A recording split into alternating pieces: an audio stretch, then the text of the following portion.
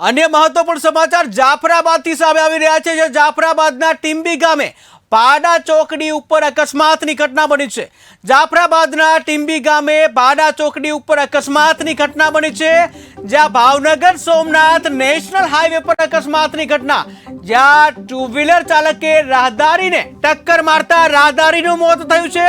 ત્યારે મૃતક રાજકોટના રહેવાસી હોવાનું સામે આવ્યું છે।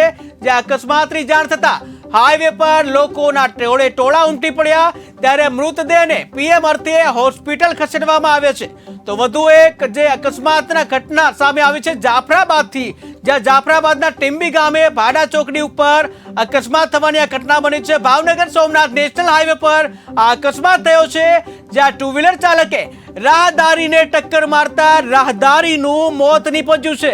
જ્યાં મૃતક રાજકોટના રહેવાસી હોવાનું સામે આવ્યું છે।